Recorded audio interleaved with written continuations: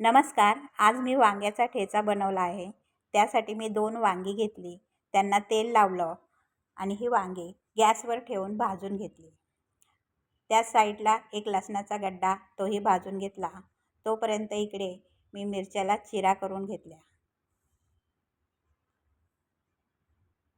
भाजलेली वांगी एका प्लेटमध्ये काढून त्यावर झाकण ठेवून 5 मिनटं साईडला ठेवले, जेणेकरून त्याची साल लगेच निघेल. दुसरीकडे मिरच्या भाजून घेऊया. चिरा केल्यामुळे मिरच्या जाळावर उडणार नाहीत. याप्रमाणे मिरच्या भाजून लसूण सोलून घेऊया.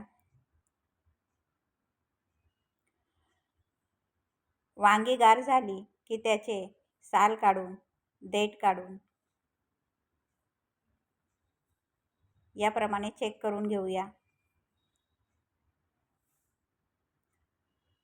दुसरीकडे पाव चमचा जिरे भाजून ते खलबत्त्यात घालून त्याची पूड तयार करून त्यासोबत थोडे मीठ घालूया.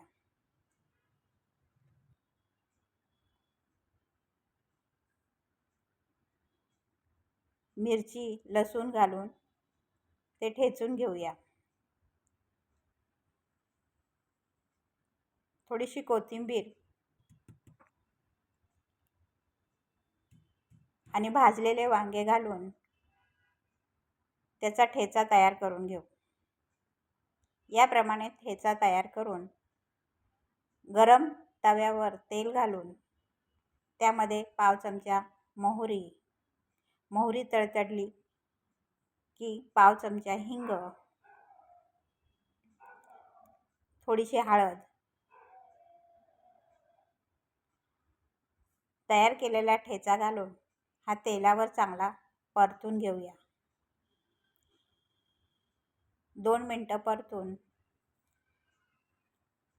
हा साईडला ठेवून दुसरीकडे भाकरी तयार करून घेऊ.